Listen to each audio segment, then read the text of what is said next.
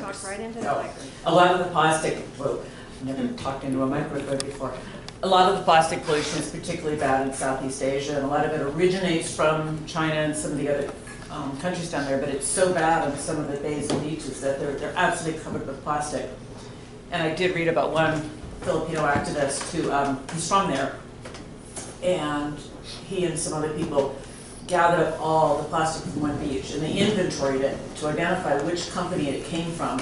And they're trying to start a public shaming campaign on these companies that are the source of all this pollution. Now, it's not just the companies; it's also the people who use them and toss them away. But it's such a disposable society that. Thank you. What is your name? Donna. Donna. Donna.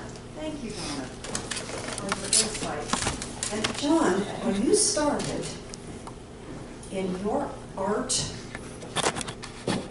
did you ever imagine that you would connect that art with the environment, or was that part of your call right away? No, I thought I was going to make the coolest album cover in the world and Led Zeppelin would get back together. That was my goal. That didn't happen. And you started out the Pratt Institute? Yeah, Pratt Institute in Brooklyn. Yeah. And tell us what leveraged you to the Pratt Institute. Oh, yeah, bad grades. I grew up as a kid of a military family, so I grew up in a lot of different places, but the last place I ended up was Lawrence, Kansas before I went to college. And basically I just left. I'd never been to a big city before, just military bases and small towns, and so I bought a one-way ticket to Brooklyn in 1980. And then when I got there, learned how little I knew about anything or anybody in the world, and yeah, got humbled quite a bit. How did Pratt roll up to that? So Pratt actually gave me money, and we didn't have any money. Yeah. So it was like, yeah, I mean, I graduated high school with like, you know, 1/10 of a decimal point actually getting a degree, and actually CCAD accepted me as well here in Columbus. So I thought I was going to go to CCAD, but Pratt gave me more money. And so we were like, okay. And they had a 2-year degree, which I don't think at the time CCAD had the same degree. So it was cheap because it was 2 years, and it was cheap because they gave me more money. And so I was like, okay, why not? Let me. And then I spent. But why had you even applied to there in the first place? I didn't apply. Oh. I wasn't smart enough to apply, and I didn't have a family that was kind of aware of that sort of thing. So. So I was in deep trouble in terms of grades and everything in high school, and one day I was having another hissy fit because I was a teenager. And so I threw all my artwork in the trash can, and then I skipped school for a week. And while I was gone, my teacher pulled all the stuff out of the trash can, and I won the Congressional Arts Competition for the state. Wow. And she said, you might think about doing art. And I was like, I can't do art. What are you talking about? So she actually took pictures of my work and did the applications for me. So, and yes, I've thanked her every year since. So that was the reason I actually went. I didn't know, I had never heard of Pratt, you know. I didn't even really know what Brooklyn was, you know. It was a word or something, you know. So, I know, it's true. John, do your students at Ohio University, where you're teaching drawing and painting, do they know this story? Sometimes, if they're good. You know, if they're good for a while, I'll tell them some good stories. If not, it's just work. Work. Pratt may be calling you, right? Who knows? Yeah. Well, how would you like to proceed? You want to show us your work and then engage in the conversation around what you have done artistically and what you have done as an activist. Yeah, I mean, I think if it's okay with you guys, I got about 15 minutes worth of material up here, just a quick overview of kind of how I got to where we are now, what the project is in fact doing now, and then where we're moving into it in the future, which might include you guys. So, is that cool? Feel free to yell out questions. You won't bother me at all. It's very conversational, not formal, like, you know, okay? Good? Is that good? Okay. Wonderful. All right. Works, good. So, back row people, can you hear me? Yes? Okay, good. So, I'm here actually, I represent a team. This is our Acid Mind team of 3. This is me with a bigger beard. That's Michelle Shively, Watershed Coordinator, and that's Professor Guy Riefler, who is in the engineering school at Ohio University. We work with a lot of other people around the campus, around the world, so we have a huge team of people that are community members, that are staff members, other faculty members, students, you name it. So there's a lot of people that have worked with us for about 10 years on this project, even though we three get talked about more than anybody else. Basically, we were looking at the same thing that you're looking at, that we've been abusing natural resources for a very long time, and unfortunately, those resources are not infinite, and the way that we've been harvesting and using them are absolutely unsustainable, right? So we are seeing now and living in the era where those devastating effects of that unsustainable extraction, rather, has resulted in climate change, global warming, pollution, right? And what's interesting is the first question I get is, from people who aren't artists, of course, is why is an artist working on environmental and sustainability stuff? And the thing is that that's actually our job. Our job is to actually create catalytic experiences that can, cause people to start talking about issues of our time. And in those conversations, we can actually come to some realizations and solutions, which is great. So my art career got going really about turn of the 21st century. And the Berlin Wall had come down already. The Y2K bug did not wipe out the internet, which you might regard as a missed opportunity. And I really thought at the time, I was like, this is great. Like, we're headed towards a symbiotic, sustainable future together. We're going to solve problems. It's going to be awesome. And as you know, that really didn't happen. What happened instead was actually we began to retreat into our small tribes. And crossing otherness, dealing with people who were not like us, became more and more of an intractable problem. Inequality rose up, you name it. So it was really a problem. So I thought that maybe, this is where your question was really good, Ellen, and this is where my artwork began to intersect with my activism. So up to that point, I had been very activist, I've been writing letters and everything else, but I hadn't made that the focus of my artwork. So what I did is I actually got a bunch of people together and I decided to make an art exhibit about scale so that people could have some kind of reference of how really small humankind is versus the universe, and therefore we would actually maybe get along with each other really well, right? So one of those components was this, which we made. It's an 85-foot long charcoal drawing on campus.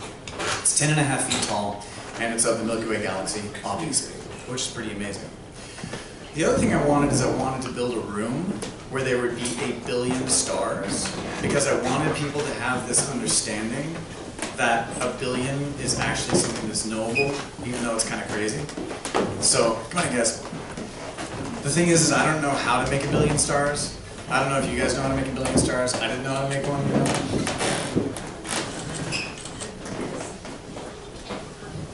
Hey, what's up?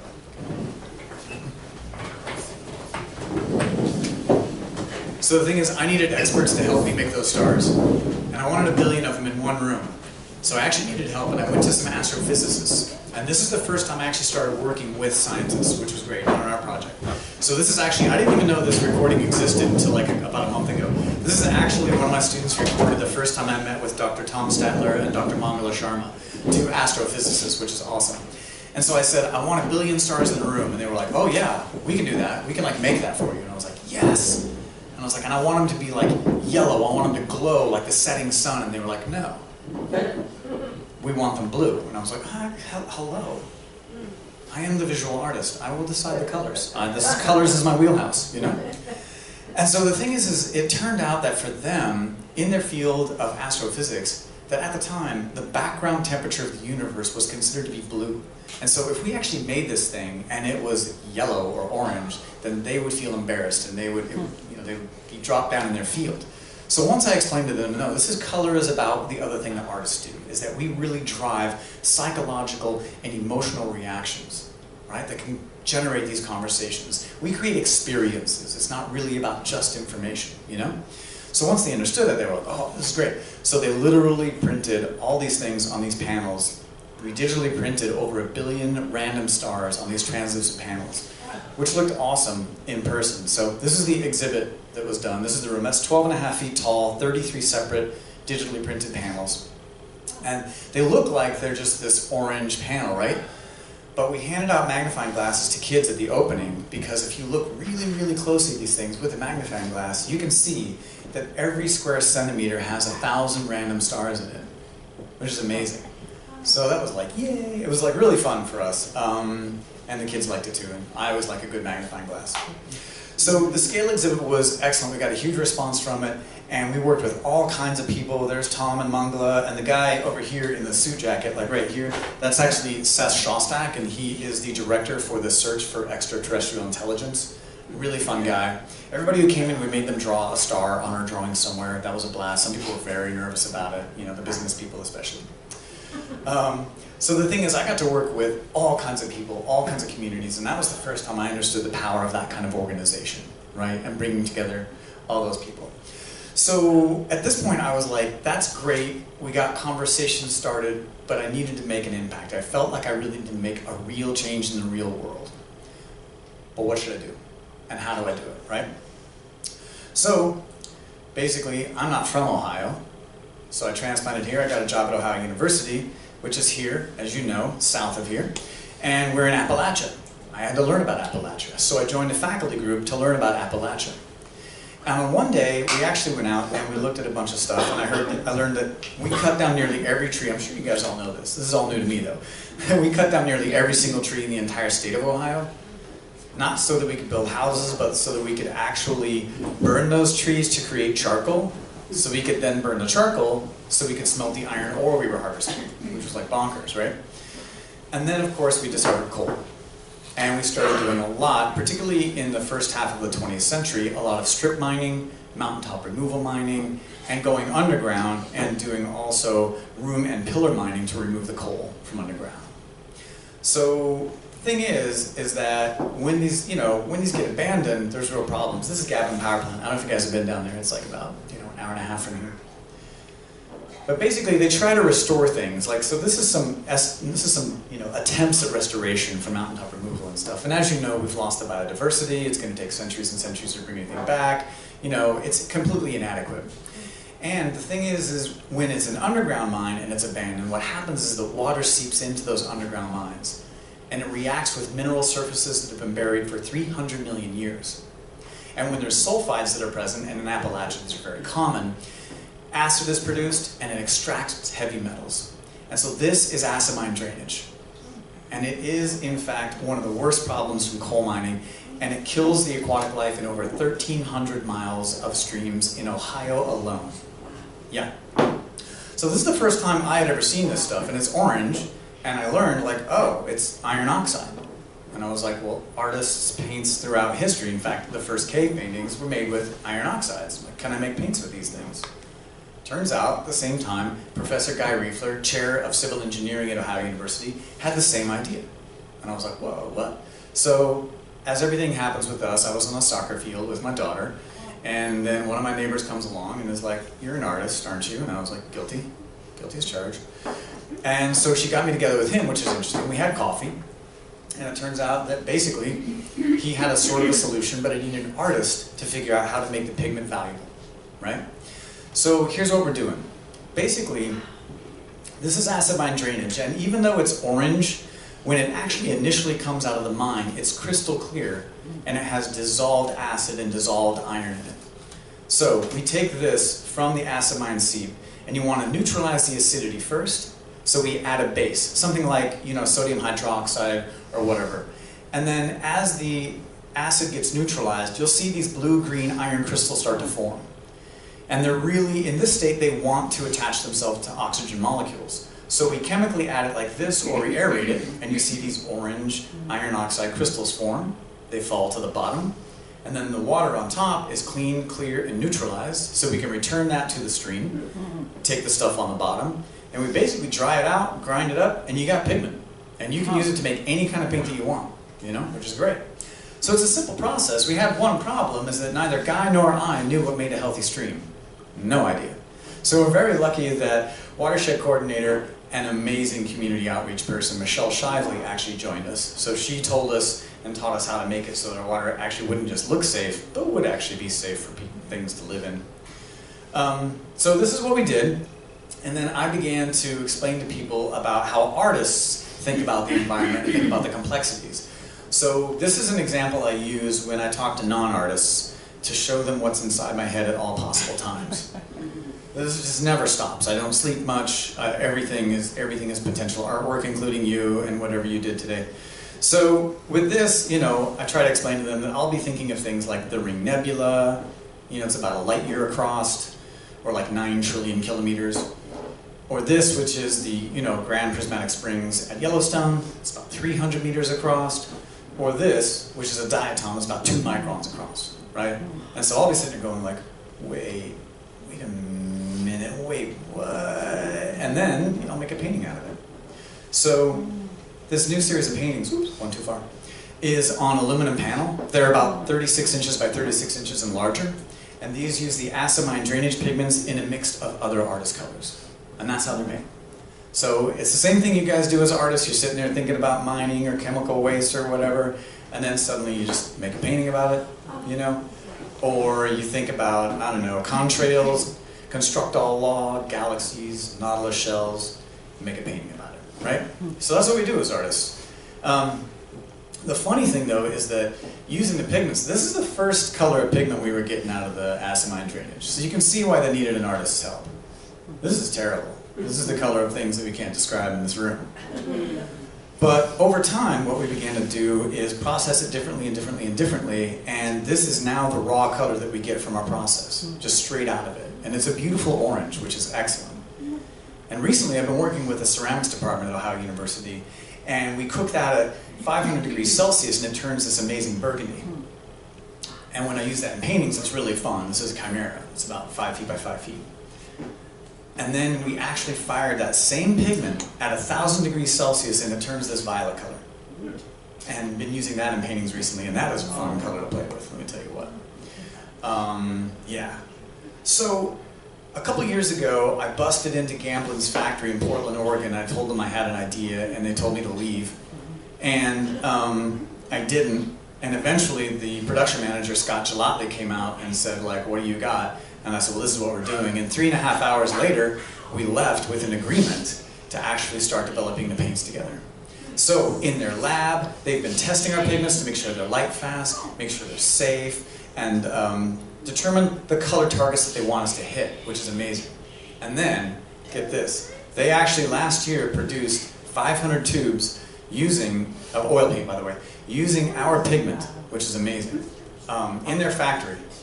And then this last year, we actually also ran a Kickstarter campaign, and with that campaign, we distributed pigments and paints to artists all over the world.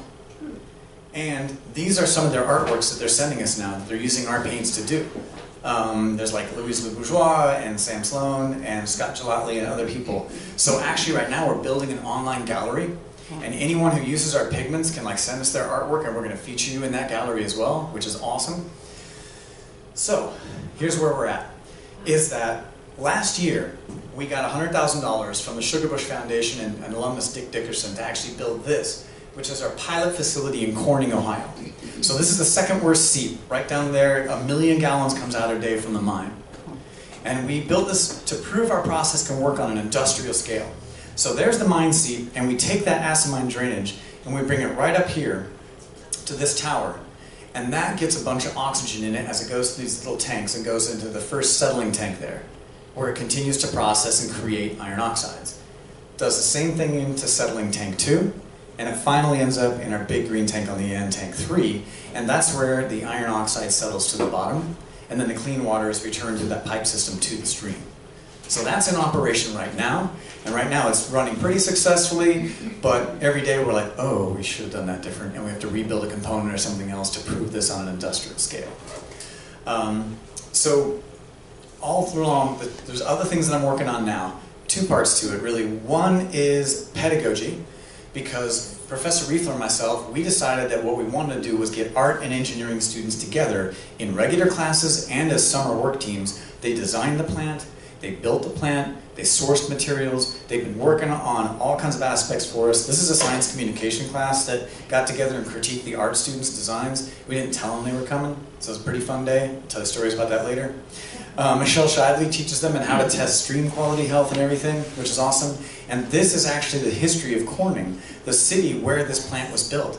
And our students went out and interviewed all the residents, interviewed the Historical Society, and made sure that their idea of what Corning means to them was represented in that public park, in that piece. And that art was actually also paid for by the Kickstarter campaign, which is amazing. So, I'm just going to wrap up with a couple of ideas I'm working on. The other thing, other than pedagogy, is that what we do has real-world application. We were just in Malaysia doing workshops with students at 3 different universities and with an environmental foundation. And kids are the same everywhere, people are the same everywhere. They all get excited, they all want to do stuff, and they want to solve problems. We can do that as artists. We created the problems, we are collectively responsible to solve it, and we can act. So to that end, I've actually begun working with Dr. Elaine Getz in our Office of Sustainability, and we are actually analyzing the sustainable life cycle of all artist pigments so that you can choose what pigments are more sustainable or less sustainable. The only problem is it turns out that I had a little bit too grand vision, and it's a heck of a lot more complicated than I thought. So we're going to need a lot of people's help on it, because it turns out we're going to have to not only think about environmental sustainability, but also economical and social sustainability as well. So, with that in mind, I think that if we move forward on this and we do the hard work of it, what we learn will actually have real-world applications for other industries outside of our own. I mean, art actually is not only more relevant than ever, but I think it actually is the one thing that might save us. So let's get to work. Wow. Oh, John, that's Awesome. extraordinary.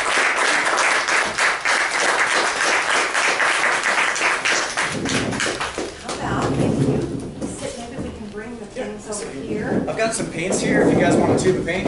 Yeah. Tube of paint stuff. Okay, great. And a microphone. Let me get, This may be a dumb question, but when that orange stuff settles on the bottom of the water above Thanks for that your pen. how do you keep that from mixing when you're moving it? How do you move the clear water out? That's a good question. So there's actually something called a weir. So if you imagine a giant bathtub, right, and it fills up with water, but then actually you've got these sort of spikes on the edge of the tub, so that only the clear water, when it rises, when it sits on top, it goes over the top. So all the iron is literally 4 feet below that. So the clear water is really Space. a lot of space. So yeah, we're not going to get 100%, but we're going to get 99.99%. Yeah. It's a good question though. You're observing. I like you. yeah, we all like finger. Yeah. And you guys can take a look at this too. I've got, here's the pigments if you want to handle them. Take a look. Don't eat them. I mean, they're safe, but don't eat them. So if you want to take a look at But those. currently, it's just Pass this these around, is what you somewhat limited color range Yeah, pass this of one. the ochres and the umbers and the. Yeah, it's I an mean, iron I'm sure we oxide. make pollution every color. We just have to find a way to capture it. Right? No, it's so true, yeah. I mean, copper mine waste is green and blue, you know. Ew. Human waste sometimes You've got a when you whole process. lifetime of stuff ahead of you. Yeah, I got a lot of work ahead of me. When I was in Provence one time, we went to these massive ochre mines. I mean, they're like mountains. How did that happen? Those are natural formations, so yeah, you can get that from lake beds, from old lake beds from millions of years ago, etc. You can get, and in those ochres, sometimes there's a mix of clay, so the clay range is a little bit different as well. Iron oxides tend to be, pure iron oxides have the range that we're getting, which is sort of the, what's called a goethite, and that is the yellowish iron oxide. That's the most valuable color. And then, and I'm sure you saw that color when you were in France, they're very well known for it. And then all the way up to, we can get a black too. If we take it to 3,000 degrees Fahrenheit, we can get a black. But that's a lot of energy to put into it when you could just, you know, get it from elsewhere. So I'd rather not waste that kind of energy. But yeah, I know what you're talking about. I haven't been there and I'm jealous. I want to go. Have you done any work with using this beyond paints, like using it in stains or glazes for ceramics, or are they Yeah. very? Are Did they everybody very? hear that?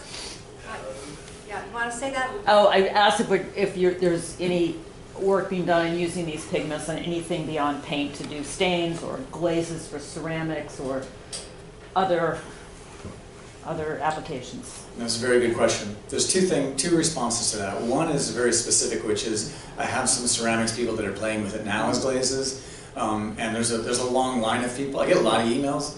So there's a lot of people that want it to play with it. Play. Oh, they do, and it's really fun. Like, it's a blast to get emails from all around the world, and they're like, "Oh my gosh, can I get this?" I'm like, "Yeah, but shipping's long."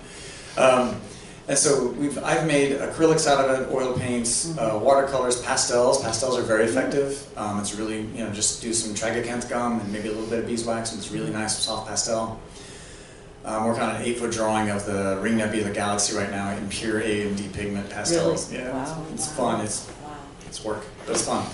But the second thing is also it's important to understand that artists don't buy enough colors to actually maintain a single color industry. We don't buy enough. So what we have to do is produce pigments that other people want to use for commercial paint manufacturers like Sherwin-Williams or Benjamin Moore or something else, as well as concrete colorant and large-scale ceramic colorant, pipe making. So that's really where we're working. Are you working with any paint manufacturers now to? They're more excited to talk to us now. Okay. Yeah. Early, for like 5 or 6 years, no one would take our calls or emails. Okay. Because I know a guy. Because you saw that first color, right? Yeah. So no one wanted to talk to us. They were like, "It's not gonna work." That's baby poop yellow. Yeah. Yes, it is. And actually, we partnered with the Ohio Department of Natural Resources for the last year. They finally got excited about us. And so we actually worked with them, and just this month we proposed a full-scale plant at the worst site in Truetown, Ohio, which has over 1 million gallons a day of acid mine drainage flowing out. Wow. And it's a multi-million-dollar facility, and if we're approved, that would start being built next year. And the day that it goes live, we would start producing over 5,000 pounds of pigment every day for generations and generations to come. We would provide jobs, and we would be cleaning up that pollution source entirely. So we're like...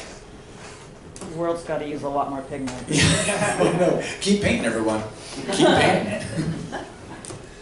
Yeah. So that ties to one of my questions. How does that compare to the scale you're producing now? What are you up to? Yeah. That's a really good question. Okay, so the facility that I showed you. Yeah, it's how much we're producing. Let's try that question again. How much are you currently producing, and how does the projected scale of this new plant compare? Okay, so right now in that facility I showed you, basically we're looking at producing 1 pound a day there. That's in Corning. Wow. It's less than 1% of the flow that's there. It's 2 gallons per minute. Wow. But you can see the size of the tank, so the volume of the problem is extraordinary. When we get to this other plant, it's over 1 million gallons a day and over 5,000 pounds of pigment every day for at least, the scientists tell us, at least 200 to 300 years. Yeah. Just in that one site. Yeah. Where do you store it all? So not in my studio. Basically what we do is we build a giant set of bays, right? A long set of bays, and each one's about 50 yards long. And then we just bulldoze it in there and we let it dry in there, and then we take what one needs to be produced and we truck it out from there. We're very fortunate, and I can't reveal too many details, but we have a private entity that already agreed to purchase all the land for us to do this at the site. So I'm actually hoping, this might be a question, I'm hoping to produce an artist residency there, and then like a whole a sculpture park, wetland area, but that's just my dream. Yeah. So are you getting it right at the source of where the acid drain is coming out? I guess my end question is, are you capturing enough of it that when you put it back in, the stream is clean, or you're just kind of making the problem less? See what I'm saying? Good question. You yes. get all of it out, and then Yeah. fish can live again. So the question is, are we actually cleaning up the whole stream, or only treating a small portion, and therefore we're not really solving the issue? At our pilot plant, we are treating too small of an amount to make any difference whatsoever. Right. And be clear about that. When we get to the full-scale plant, we've built in redundancy systems so that should the plant go down, or should we have flooding or something else, that we actually have enough volume so that we actually don't re-kill the stream. So we should be able to treat the entire flow. In fact, we're looking at actually joining 2 sites together and pumping that water from the second site down. And then once we do that, yeah, we would be treating 100% of the flow. It would no longer be entering the stream. That's incredible. Which is a great question, because the thing about this technology, assuming it works, because we're still at the pilot plant scale, so it might be pretty at the lab scale and maybe, but when we get to industrial scale, we might still fail at this. We might. I gotta sort of always remind people of that. I feel like we'll make it work eventually, no matter You what. will, But but that's just it. You'll probably fail the first 3 Yeah. times, but then it'll eventually Might work. be. But if once we get it to work, the first day that that plant starts treating the full stream of pollution, that day is the day the stream goes back to health. We don't have to wait 20 or 30 years. What's going to happen is that we eliminate the acid, we eliminate the iron. So that first day, small fish and other aquatic life, insects and things like that, will already be back in the stream day 1. And as you know, in Ohio, we tend to get some heavy rains now and then and some heavy winter floods. A couple of those floods and all the iron sediment on the bottom will mostly be washed away, and you'll start to see larger and larger fish come back. Once they discover there's a connection between larger body of water, we'll start to get a much broader ecosystem there. So within 5 years, you'll have a full, healthy stream. You can fish in that thing and swim in it. Wow.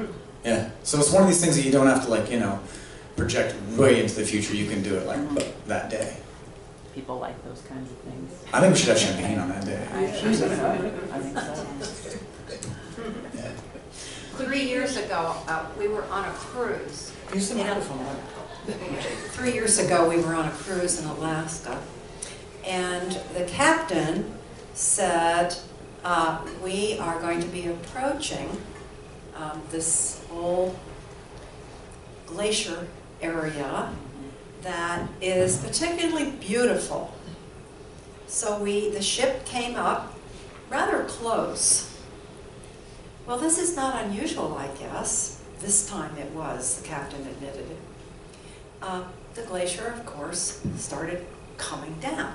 It's not, huh? What? And he admitted. The ship was a little close, he said, and you got the exception of this glacier falling into the ocean. I will never forget it. I remember thinking, okay, you're going to come down on top of us? But if that goes on over and over and over with the warming of our climate, what's going to happen? Yeah. What's going to happen, John? Well, nobody's going to buy sweaters anymore. Yeah, we're in trouble. We're in big trouble. But the thing is actually, and you're here in Columbus, a city I like, and you're next to OSU-ish, which is over there-ish. And there's a ton of people there that are doing tremendous work. There's a ton of people at Ohio University. I think that when I look at, we were discussing the whale that had the plastic bags in the stomach, we're discussing the retreating of the glaciers and etc. When we look at the media's presentation of this, oftentimes it feels like these forces are out of control. And it often feels like that we, as humans, don't have enough of an impact to even change that, even if we started having a much greater effort, right? But I'm here to tell you that there is technology all over the place that is ready to put in place now. Not something we're waiting 30 years for, 20 years for. It's available right now. OSU, I think it was last year, broke the record for efficiency for solar cells, which is now approaching the efficiency of gasoline in terms of energy production. It's all here right now. We have to choose that that's more important than a corporate tax cut. We have to choose that that kind of thing is more important than other things we spend money on.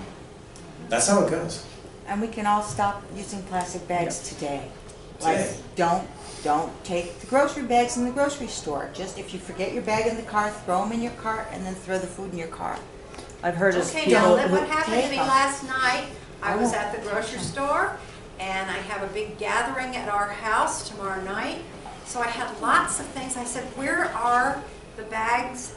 These plastic bags make me think of this whale, and Use 80 them. pounds, we don't have them.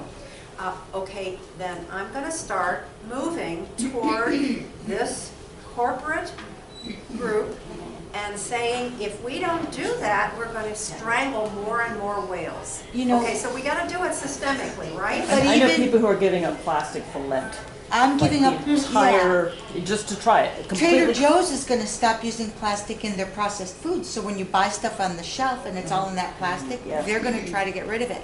But even if you get tons and tons of food, throw it in your car, and then get your bags out of your house and throw them in the bags and bring them in your house. Just would have don't taken take, forever. It I wouldn't know, have but hurt don't anything. take the plastic, the whales. Okay, so. We gotta start But somewhere. here's another We gotta problem. start. At least Kroger's where I shop has the option of paper bag. Yeah, but Okay, well, many this places Kroger's where don't. I was. But then you're killing trees, I mean, Well, I so. get that, But but Okay, in Michael, Europe, this is There it okay, is. one bag that was not charged. Use that. I know, I So, know. It's like, huh, what? Well, here's the other, when you're done.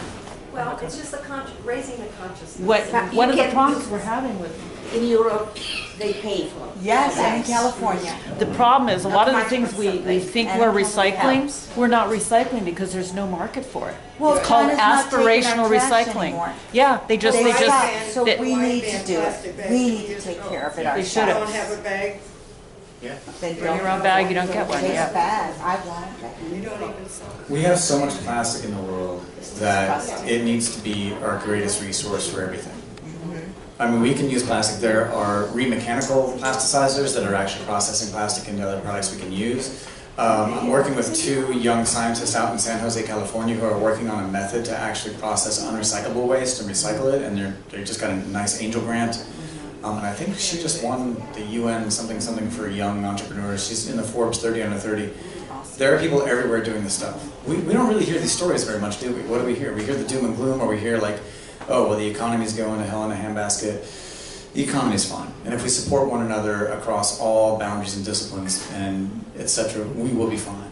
And the idea that somehow we're going to collapse is ridiculous. You had something to say? No? Okay. You sure? All right. Yeah, please. Getting back to what Alan was saying about the glaciers falling in. If you want to see that visually represented, go to the Columbus Zoo, to the polar bear expedition, and go down in that tunnel. That whole wall has pictures of the glacier, 1948, blah, blah, blah.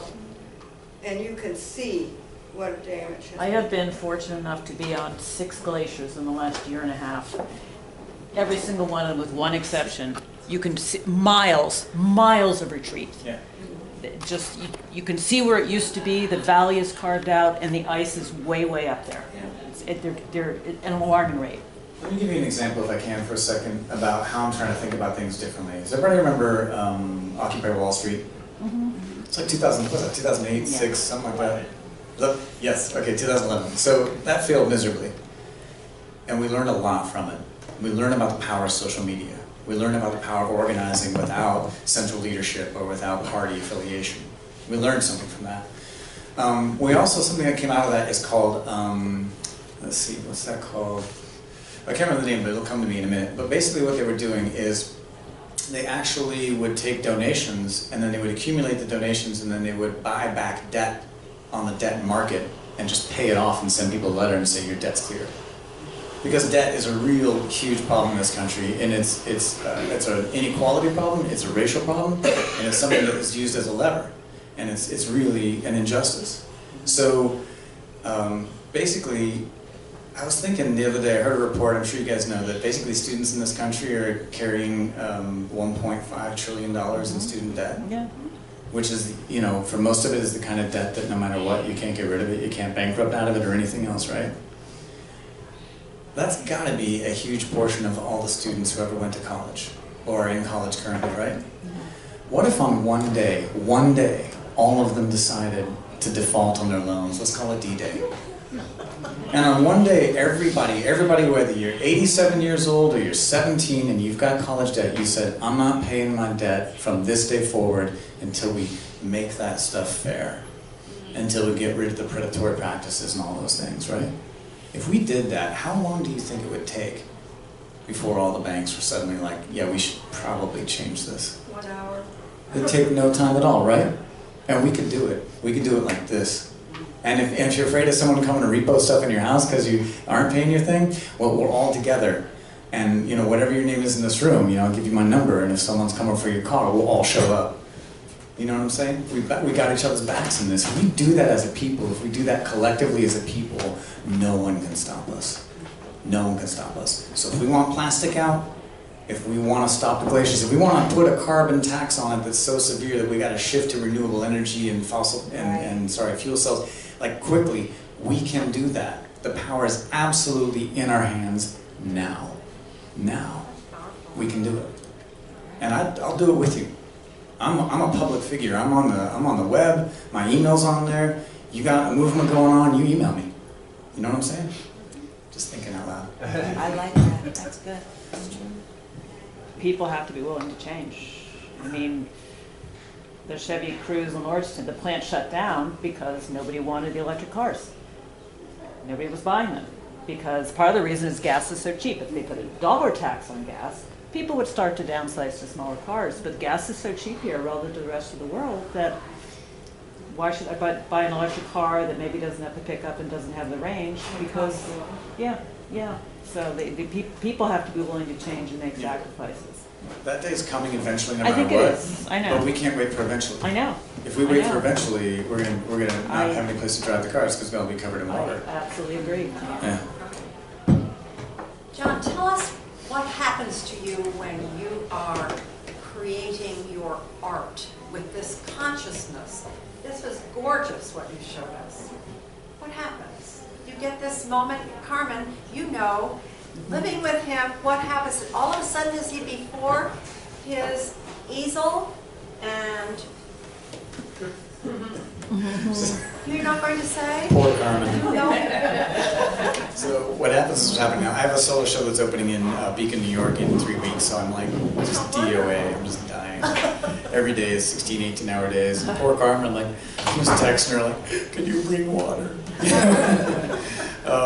And so she takes care of me during these times when I'm overly ambitious and underproductive. What are you creating for this exhibit? Well, that's a good question. Actually, yeah. So I'm painting an 8-foot diameter painting of the Mississippi Delta as it exits into the Gulf of Mexico because that is where our pollution from Ohio ends up. We join the Ohio floodplain, which joins the eastern half of the Mississippi tributaries, and that joins the western half, and all 7 tributaries then flow out, right, and join the global circulation of ocean currents. So our pollution goes everywhere. And I kind of keep thinking, like, you know, maybe it doesn't make that much difference because people don't, unless you live in Ohio by these streams, you don't see this pollution very much, right? But I just think sometimes if we, you know, there's that maybe 1 part per trillion of negative pollution from Ohio is going into the Gulf of Mexico, but maybe that doesn't sound like much, but if we changed it to 1 part per trillion of positive ecosystem that's going out there, what could that do instead? So that's kind of how I think, and that's where that painting is about. What And then colors do you have in there? Oh, it's like false satellite colors, so it's pink and purples and craziness. Kind of looks like a clown vomited, you know? Not that I've seen that, but that's sort of in my mind what a clown would do. And then I was thinking about that, and I was thinking about Hurricane Katrina, and how, for me, that moment was not only a moment where I think the truest, well, not the truest, but the biggest visibility of climate change impact, I think that was new for us. I think that as that hit, and we realized that the severity of that and the flooding from that was our first kind of wake-up slap about that. But coupled with that, tied into that, was the terrible economic disparity and racial disparities that were happening at the time in that locale. Yeah. And if you want to think about all that together, that for me was kind of an encapsulation of the things that we've got to attack as a country and as a people. That we've got to attack hardcore. They're inseparable. These are not separate issues. These are all one issue that comes together. And so that's why I wanted to make this painting, because our pollution goes down there. And as I was doing that, I was thinking that what was happening to those people at night when the waters were there and they were in trouble and everything, and maybe they were looking at the sky. And so I actually contacted my 2 astrophysicist friends who are now at NASA and NSF, and I was like, so I have an idea. And so they actually emailed me and this is when I discovered that the Ring Nebula was actually in the night sky when the week that Hurricane Katrina hit. So that's why I'm doing a companion 8-piece drawing of the Ring Nebula. Wow. Yeah. And then I've actually been thinking about these materials that we extract. Like, why? You know, I like gold. Does anybody like gold? Gold is really sexy. It's nice. I like gold. It's pretty, it's shiny, it's rare. It makes me feel happy when I'm like, look, I have gold. So I buy a lot of gold leaf, just because it's a big sheet, and it just makes me feel like I'm rich. I'm like, look at this gold sheet. So I was thinking about that and how that relates to coal. And you know, the coal, we're not making more coal. We're not making more oil. These are you know, prehistoric, not prehistoric, sorry, but these are like, you know, geological energy sources. And that coal, it's an interesting process. It didn't come from dinosaurs, it came from trees falling in swamps. And back then, I didn't know this until this year, but we didn't have the bacteria to actually break down that wood. So that's why the wood actually stayed there and created these giant seams of coal. So we can't make coal anymore, because the bacteria just eats the wood up, you know? So that's our carbon sink. We're talking about sequestering carbon. That's a carbon sequestration, and we're just burning it up, right? So I've been making these pieces that are huge, and I just mix coal dust from the region. I go in and I chip out coal from these coal tunnels, and I just mix the dust with resin and make these big black mirrors where we can see ourselves and think about our lust for these energy sources and things, you know? And then I'm making a companion piece that's out of graphite, because graphite, basically coal could turn into graphite if the circumstances are right, because it's all carbon. It depends on time and pressure. And graphite is like, I have these giant chunks from Sri Lanka, and it's just these massive silvery magical stone that's like the equivalent for me of like a gold rush. I'm just like, oh, look at my giant graphite collection. And so I'm making a giant art piece out of that. Like what? Oh, it's like it's a silver mirror with like chunks of graphite in the middle of it. So again, you can see yourself in it, and then it makes you. I'm just thinking that maybe people will think about like, like, why do we lust after these things, and why do we extract things, and why do we, you know, examine ourselves and our need, our greed, you know? Talk a little about the piece that you had in our art exhibit in the main gallery, the stem cell. Yeah. Tell us about it. Okay. We've seen it, but we want to hear. Yes. I love that piece. That was a series I did of scanning electron microscope images that I just drew large because I was just trying to think about vision and think about what's at the bottom of all this stuff, you know? And also, I love, okay, so you ever like make a painting and it's going terribly? You had a vision for it, or a piece of artwork and you're just like, yeah, and you're making it and you're like, no, you know? But you really want to make it work. Like you have a desire for it. You're like, this should work. I can see it in my head, but it's not working. And then that painting needs a timeout. You know, it needs to think about what it hasn't done for you lately. So I push those, when that happens to me, like artwork isn't working out, so I push it aside, and then I go back to my therapy, which is drawing. Because at heart, I'm a drawer. That's like, I'm not really a good painter. I draw when I paint, and I'm not like a painter, you know? I teach painting, so maybe I shouldn't say it, but anyway, that's what I do. So for me... Sharing that with your students, yeah. that would give them some maybe. courage, huh? So when I draw, I don't know what time of day it is or what era I'm in. I'm just gone. I'm making these marks, and it makes sense, and it forms formations, and the formations take on characters, and they have names, and maybe I shouldn't say that part too, but so it becomes this whole sort of like thing where I'm living out this narrative that is making itself up as I'm doing it. So the stem cell was a part of a series that I did on those that was really about just kind of getting back to this. I was trying to touch that understanding of visioning those things at that level and touch that kind of architecture. I mean, I'm really interested in superstring theory and quantum mechanics and quantum physics. I think that stuff is like, it's dreamy. The engineers love to work with you. Well, like the funny thing is this, is like the engineers, okay, I just found this out when I was in Malaysia doing these talks. So I was talking to the engineers, because we met with engineer groups as well. And when I would leave, I didn't know this, but when I left, they would always ask my engineer partner guy, they would be like, what's it like to work with an artist? Because you know about artists, you know? Which is really funny. And so he gets kind of a kick out of that. But then the opposite thing is true too, is that scientists are weird, man. Scientists are weird people. They're so strange. You think artists are strange? Start hanging out with some scientists, man. Those people are out there. So for me, that kind of really, I'm right at home. I'm just like, yeah, you are bizarre. Drinks are on me. Let's go.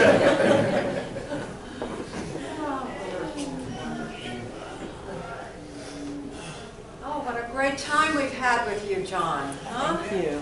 It's my pleasure. Thank you, guys.